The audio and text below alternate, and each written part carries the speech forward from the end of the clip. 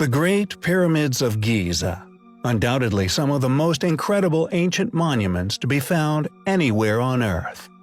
Just how old are these structures? 4,000 years? 10,000 years? 100,000 years?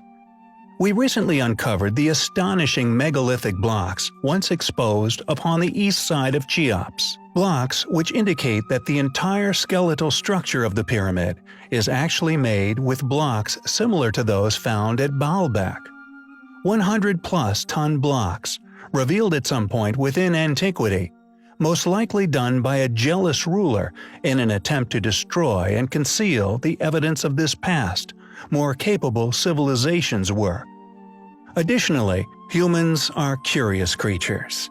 Not only do we now suspect that destructive phases have befallen the great structure throughout its long life on Earth, but also, like we do today, has also before experienced being marveled at, and conservation efforts in the form of more modern casting stones have been installed. These blocks initially obstructing our view of the seemingly impossible blocks which make up its inner structure. Is there any proof to support such claims of an enormous age to be found anywhere else on Earth? Peru, a place which contains the same uncannily designed impossible pre-Incan architecture. Within the Supi Valley, some 120 miles north of Lima, is the Pyramid of Caral, now claimed to be the oldest pyramid on Earth, and the clear erosion which it has experienced clearly makes it an obvious candidate for this title of incredible antiquity, once towering into the heavens, now virtually leveled by erosion over many millennia. This site has clearly received no later attention by a capable or interested civilization, left to rot with the overgrown mountains of Peru. Yet it possesses such similarities in architecture with ancient Mesopotamia, China, India, and indeed Egypt. Is it now so unforgivable to suspect that all of these structures were actually built by the same civilization, at the same time within history? The only difference being that the well-known and documented Egyptian civilization later moved in on the specific pyramidal structures of Giza for power purposes, while the Inca focused in on the ancient architectural land terracing. Interestingly, and yet more compelling, evidence supports previous hypotheses here on the channel. When Paul Kossak discovered Caral in 1948, it received little attention because it appeared to lack any historical artifacts, an unusual absence of any habitational evidence usually sought at archaeological sites. Could this be due to the sheer age of these monuments? That all but the remaining gigantic stones has simply eroded away? Caral is not the only pyramid to be found within Peru. There are many more which share the same evidence of great age. Near the city of Saipan is the largest pyramid concentration in Southern America, known as the Pyramids of Tucumán, or the Valley of the Pyramids. It has no less than 3 pyramid cities, which together have a stunning total of 250 pyramids. Tucumán lies on the southern margin of the valley and is surrounded by fertile agricultural land, thanks to the Tami Canal, which brings water northwards from the Chankay River, a perfect strategic location for a once flourishing civilization.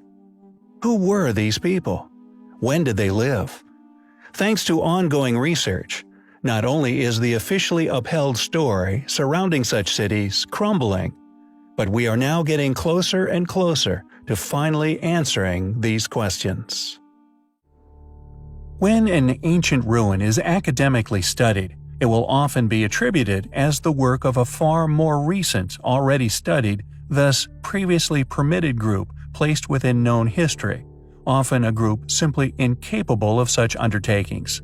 Furthermore, not only do many sites hold evidence of a far older yet far more advanced builder having once been responsible for their construction, but such sites can often share characteristics with ancient ruins found far away, features from a said site also found on another continent on the other side of the globe. False doors, for example, found over countless ancient ruins spanning much of the world.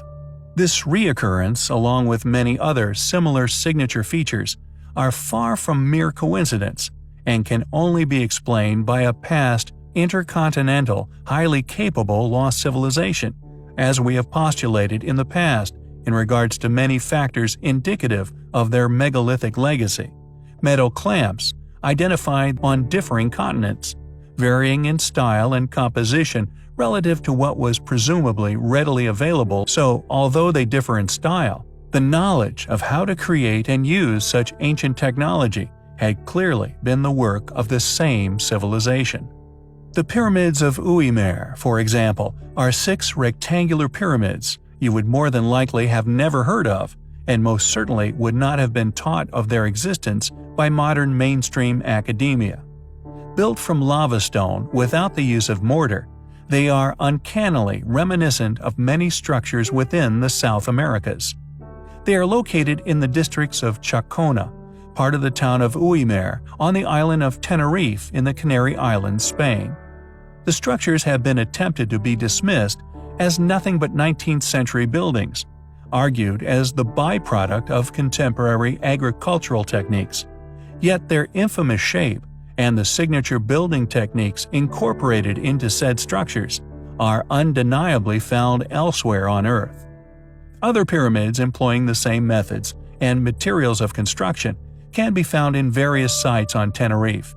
In Uimer itself, there were 9 pyramids, any yet, regardless of academics attesting to them being no more than a century old, only 6 of the pyramids survive to this day. In 1990, adventurer and publisher Thor Heyerdahl became aware of the Canarian pyramids by reading an article written by Francisco Pedron in the Tenerife newspaper Diario de Avisos, detailing the quote, "real pyramids of the Canaries," as Heyerdahl had hypothesized a transatlantic link between Egypt and Central America, which is a subtle way of saying a now lost yet once global superpower who once ruled the waves. He became intrigued by the Uimer pyramids and relocated to Tenerife. Heyerdahl hypothesized that the Canarian pyramids formed a temporal and geographical stopping point on voyages between ancient Egypt and the so-called Mayan civilization's ruins, a claim we agree with. Yet we posit that this contact was not between the Egyptians and Mayans, but was one and the same force, a far older, now lost world-conquering civilization, an ingenious group who not only passed on their wisdom to every corner of the world, but even built in ways we are yet to understand. Unexplainable anomalies litter many ancient ruins to this day. Heyerdahl had predictably initiated a controversy with historians, esoterics, archaeologists, astronomers. Most of mainstream academia staunchly opposed such claims. By suggesting such an hypothesis, which flies in the face of already established paradigms, his research was predictably never pursued further than Heyerdahl personally took it. Yet I feel he succeeded in publishing a ruthlessly honest opinion in regards to the ruins, regardless of what was already apparently established as fact. And along with our research within Bosda caves, and the similarities, differentiations, and other investigative strategies utilized to support such an argument of a now lost world-going super-civilization, we feel the evidence for our case is now all but overwhelming.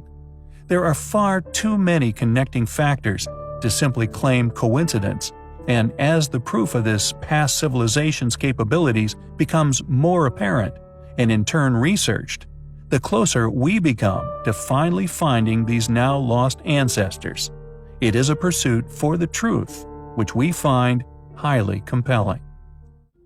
Fort Ransom is a small place within the state of North Dakota, USA, that may hold an enormous, yet quietly held secret.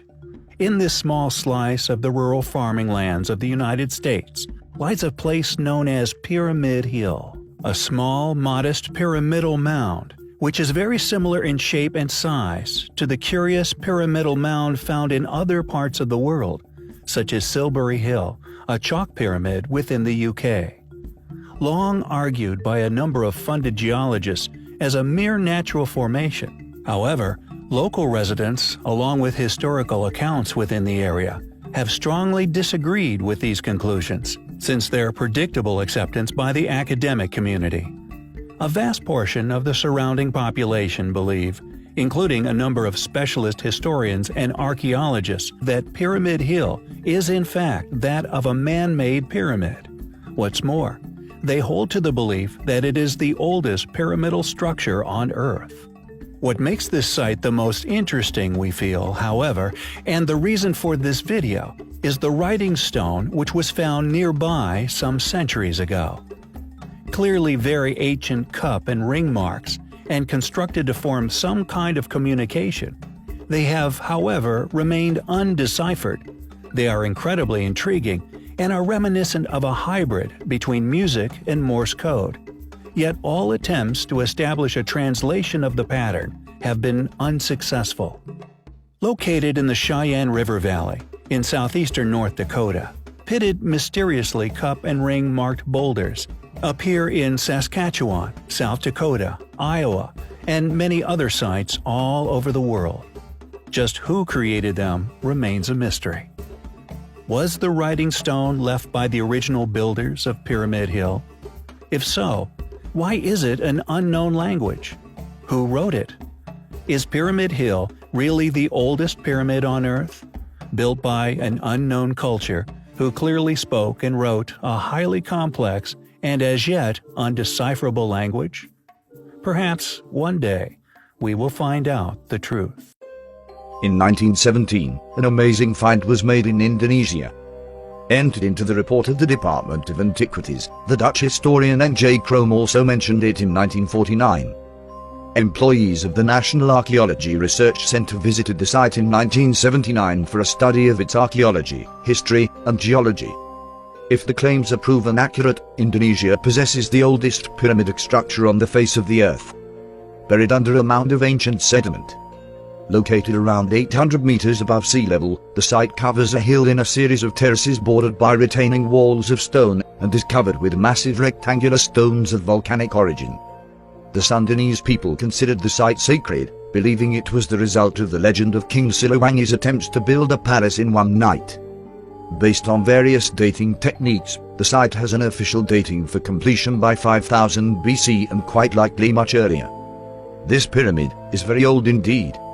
Interestingly, the Lakan Mountain in Borneo, or rather, what the natives and tourists alike have known as a mountain for millennia, has also recently been confirmed to actually be an ancient pyramid. Drill samples from the tops of these mounds have provided carbon dates going as far back as 20,000 BC. The deeper they drilled, the older the carbon dates became, peaking out at a layer of not local basalt at 90 feet. In West Java, ancient knowledge had successfully been retained. Indigenous communities claimed Egyptians landed and even colonized Indonesia well before 2000 BC. The evidence for the colonization of Indonesia by the ancient Egyptians is documented by Sir Thomas Stamford Raffles in his volume, The History of Java, 1830. Tomb paintings and writings show that the Egyptians were trading down the Red Sea and into the Indian Ocean. Were these structures actually created by Egyptians? Why were they placed where they lay? As I have mentioned before, we know an awful lot about the Egyptian civilization. A lot of our knowledge from what they left us in written language, scrawled and hieroglyph all over these ancient monuments. We know about mummification processes in detail. We know all about their religious rituals, death practices, etc. Yet, alas, not one shred of writing on how they constructed such awe-inspiring tombs, or why make them in the shape of a pyramid, out of millions of tons of accurately placed stone. Did the Egyptians just claim these structures as their own, as an illusionary appearance of power? A drought killed the ancient Egyptians, yet their supposed sphinxes show evidence of submersion, and thousands of years of heavy rainfall. This points a logical finger at an earlier creation date. With modern technologies, testing equipment, penetrating radar, and the internet, it appears the truth of who we really are, and who our ancestors were, may be revealed to us all.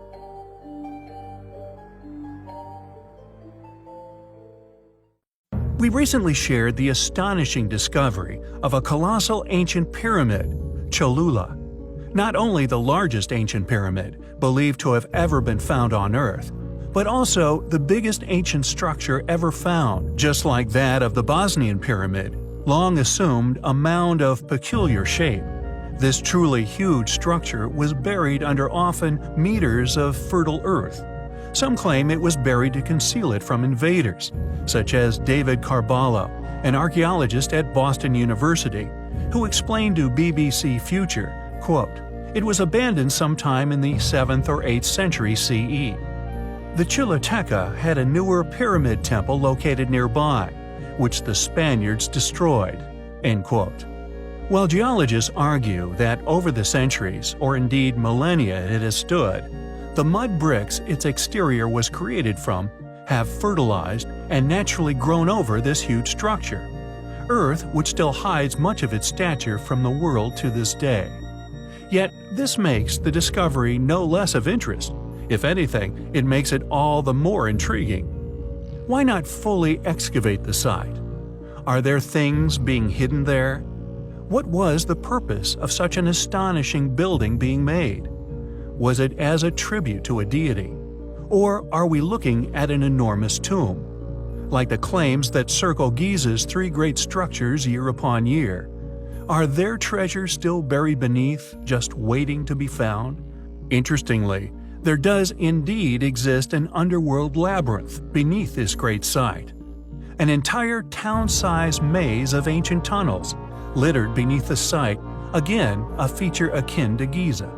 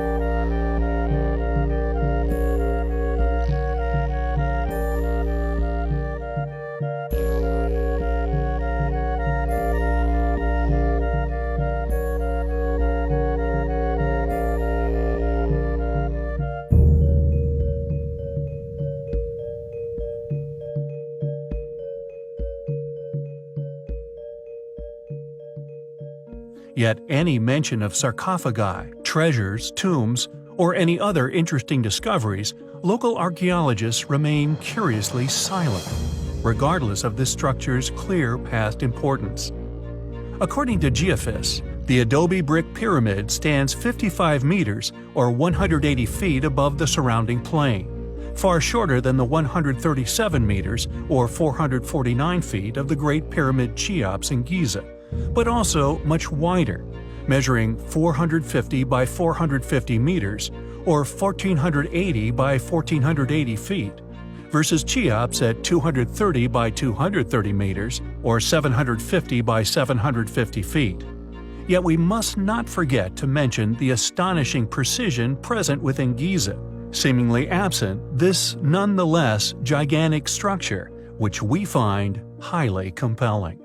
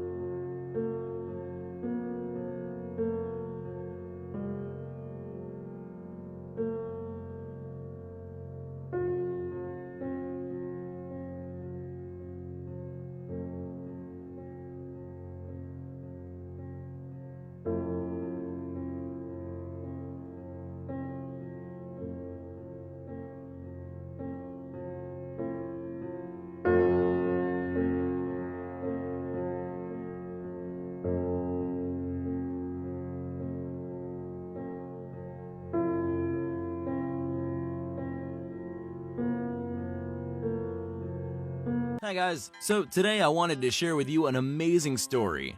It's about a very bright 15-year-old young lad named William Gadori. He has found something archaeologists have missed for centuries. The young lad often wondered why Mayan cities were not located near rivers and seemed to be randomly plotted. This is where the boy made a miraculous discovery.